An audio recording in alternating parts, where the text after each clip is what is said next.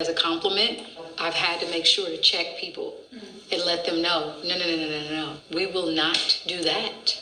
And a part of me I started to shed wearing this. On the flip side of that, though, I remember also there being women who were styling, being like, why don't you just wear a dress? You're a new artist, you're hot. I clinged more to it because I was like, no, I'm honoring me. And also, I want to bring a new perspective.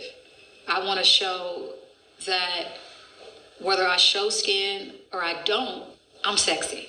I just always felt like people would try their best to take my autonomy away from me. And once I started to understand patriarchy, once I started to understand misogyny, the way in which these individuals have tried to keep us internally fighting each other and fighting for respect. Once I understood that, something clicked. As I'm honoring who I am now and expressing myself, pulling all of me together, I have definitely heard things like, oh, you want attention. Look at her now.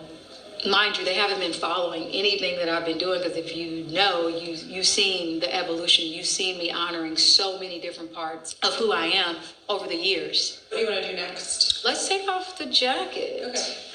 All right.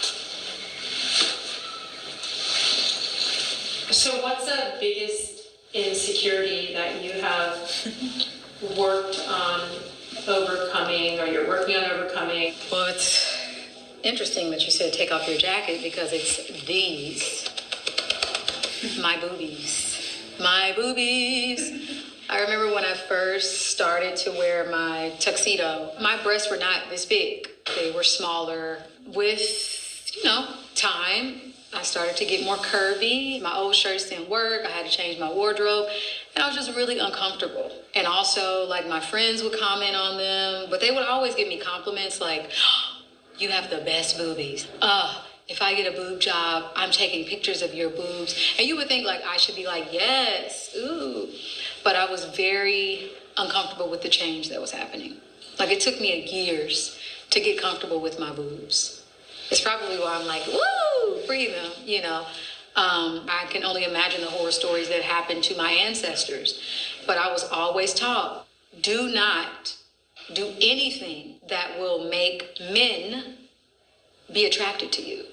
It took me a long time to realize it was not my responsibility to adjust my freedom in order to make you comfortable, in order to make you not try and rape or molest me. I am having an earth experience where I'm expressing myself. I'm trying to honor my body, honor my fullness. I'm not asking for your attention. I should not be made to feel bad or be shamed because you cannot control your own urges.